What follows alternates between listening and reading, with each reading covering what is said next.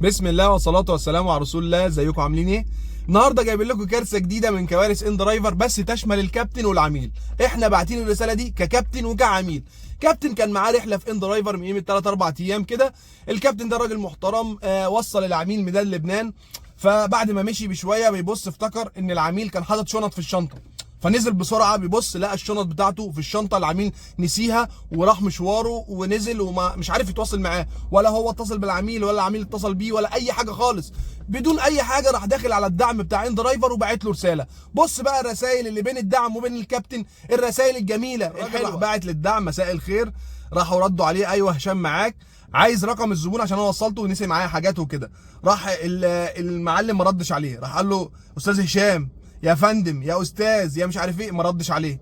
بعد كده بيقول له: معذرة يا فندم عن اي شيء يسبب ازعاجك، ما علينا يا عم وحياة ابوك اديني رقم العميل، حاجاته معايا. وهو طبعا التاني قاعد في المايه الساقعه وقاعد في التكييف ولا في دماغه اي حاجه.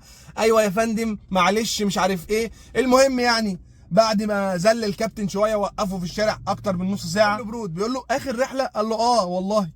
المهم: طيب هو ايه الاشياء اللي مع حضرتك؟ فالراجل بيقول لي: هو سالني يعني ايه الاشياء، فانا بيقول لي انا شنط ناس وكده، فانا ما رضيتش اخش في الشنط وافتح والكلام ده. راح قال له: شنط هدوم، شنط هدوم، يعني ايه؟ عشان برضك يعني ايه ما يفتحش حاجات الناس وكده. فراح التاني قال له: مفيش مشكله.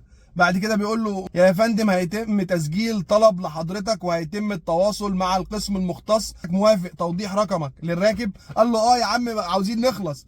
المهم: تحت امر حضرتك يا فندم، لحظات للمراجعه مش عارف ايه. اتاخرت. بيقول له: يمكنك الاحتفاظ بيهم يا فندم لحين التواصل من خلالنا من القسم المختص. يعني بيقول له احتفظ بالحاجه خليها معاك واحنا نبقى نتواصل بيك او نتواصل بالعميل وكده. المهم بيقول لي: يعني ما علينا من المحادثه الطويله قوي دي، انا هبقى احطها لك وانت اقراها براحتك. الفكره كلها في ايه؟ بيقول له: خد الحاجه واحنا هنبقى نتواصل بيك. طب ايه المشكله؟ اديني رقم العميل، ادي العميل رقمه. المهم الراجل راح خد الحاجه وكبر دماغه، قلب الابلكيشن على جنب وراح طالع على اقرب اسم. قعد يسال في المنطقه اقرب اسم فين، راح وصلوه لاقرب اسم. راح الاسم لقى مين قدام الاسم؟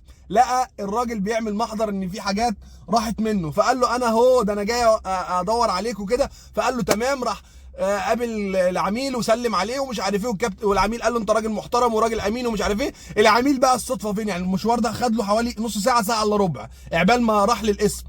العميل بيقول له: انا في الاسم، اتجهت للاسم عشان عملت نفس القصه. العميل عمل نفس القصه، حاول يتواصل مع خدمه الدعم بتاعه ان درايفر، وقفوه قالوا له: ما نقدرش نديك يعني الرقم. يقولوا للكابتن ما نقدرش نديك الرقم، ويقولوا للعميل ما نقدرش نديك الرقم، وايه، وبيخبطوا الاثنين في بعض. ويقول للكابتن: خد الحاجه، يعني ايه، لحين ما نتواصل بيك. ويقول للعميل: انا مش هقدر اديك رقم الكابتن. وخبطوا الاثنين في بعض، خلوا الاثنين وصلوا للاسم. يعني بص سبحان الله، شركه ذكيه، ذكاء جامد جدا ان هو خلى الاثنين خبطوا في بعض وما ردش على ده وما ردش على ده لغايه ما الاثنين راحوا الاسم اتقابلوا في الاسم.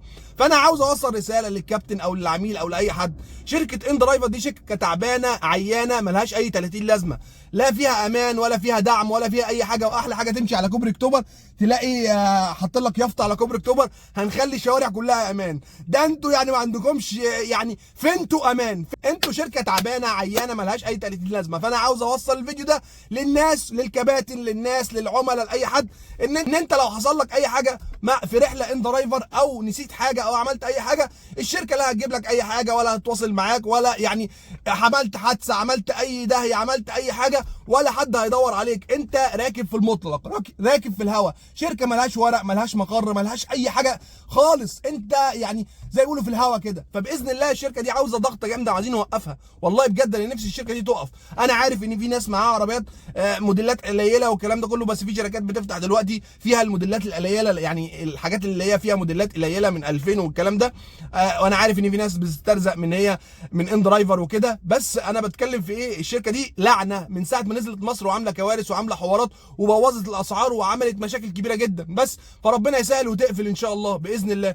اهم حاجه لو عجبك الفيديو اشترك في القناه وفعل زر الجرس عشان يوصلك مننا كل جديد، وما تنساش اللايك سواء على اليوتيوب او على الفيسبوك. ولو انت معانا على الفيسبوك اعمل متابعه. وقبل اي حاجه صلي على النبي قبل ما تقفل الفيديو، واشوفكم الفيديو الجاي ان شاء الله.